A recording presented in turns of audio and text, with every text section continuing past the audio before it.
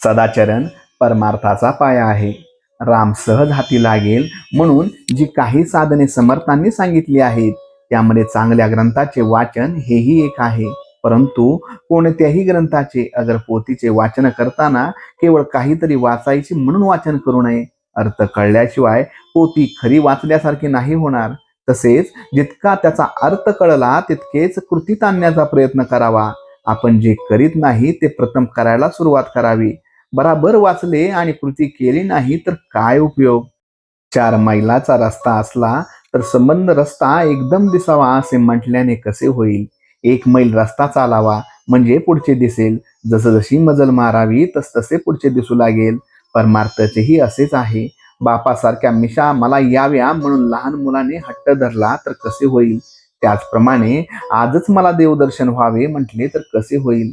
सद्गुरूची आज्ञा पाळावी, साधन करू लागावे म्हणजे सर्व काही होते.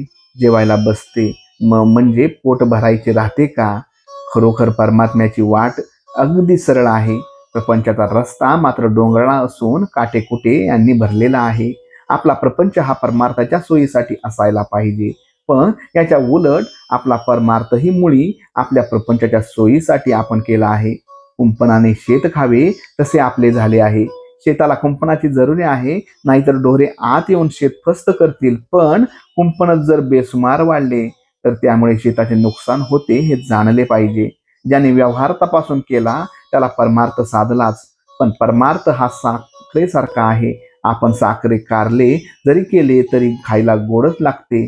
तसे प्रपंचात सुद्धा परमार्थ केला तरीही तो गोडच असतो. परमार्थ हा आपल्यासाठीच असल्याने तो आपल्याला शक्य आहे किंवा नाही हे विचार करून पाहावे आणि तो आपल्याला शक्य आहे असे जर पटले तर मात्र केल्याशिवाय राहू नये. पोटात अन्न घालण्यासाठी जसे तोंड त्याचप्रमाणे परमार्थाला सदाचरण आवश्यक आहे. सदाचरण हा परमार्थाचा पाया आहे आणि पाया म्हणजे काही घर नव्हे, परंतु पायाशिवाय मात्र घर नव्हे हे देखील तितकेच खरे आहे. आपण स्वतःला मुलाला जसे प्रेमाने घेतो तसा परमार्थ करावा. आपण दुसऱ्याच्या मुलाला जसे घेतो तसा प्रपंच करावा. भगवंताच्या स्मरणात प्रपंच सुखाचा करणे हाच खरा परमार्थ.